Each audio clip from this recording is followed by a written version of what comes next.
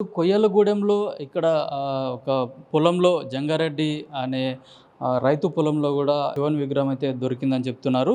అయితే ఈ విగ్రహం గూడా చాలా పురాతనమైందని గూడా ఇక్కడ ఉన్న గ్రామస్తులు గానీ, రామాలయ పూజారి గూడా చాలా పురాతనమైన విగ్రహం ఇదని గూడా చెప్పడం జరుగుతుంది. అయితే ఈ విగ్రహం ఎట్లా దొరికింది?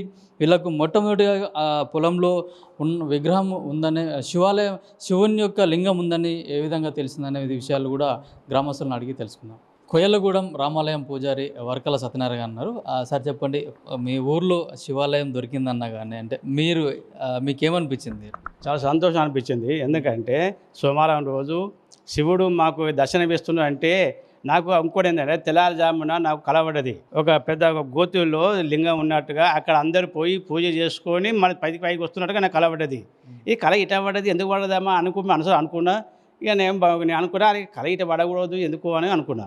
సరే అయిపోయింది. తెల్లారి 8 గంటలకు నాకు ఫోన్ చేసి మా చెప్పి ఇట్లా లింగం ఉన్నది, ఇటు వచ్చింది, వేసిపోయారు ఓలేసిపోయారు చూద్దామంటే సరే పోయి చూసినాం. మేము గ్రామస్తులు అందరూ కలిసి ఒక 100 మంది దాకా పోయినాం. పోయి అక్కడ చూసి అంతలేము సర్పంచ్ వాళ్ళందరూ వచ్చారు. ఇక అక్కడ ఏదో ఒక పూజ చేసి కొబ్బరికాయలు కొట్టి గుమ్మడికాయలు కొట్టి మరి వాటిని ఆటోలు వేసుకొని తీసుకొని వస్తుంటే ఎంతోమంది ఆనందంతో ఇంటికి వాడకు వస్తుంటే నీళ్ళు పోసుకుంటూ అభిషేకాలు చేసుకుంటూ తీసుకొచ్చి ఇక్కడ పెట్టినాము.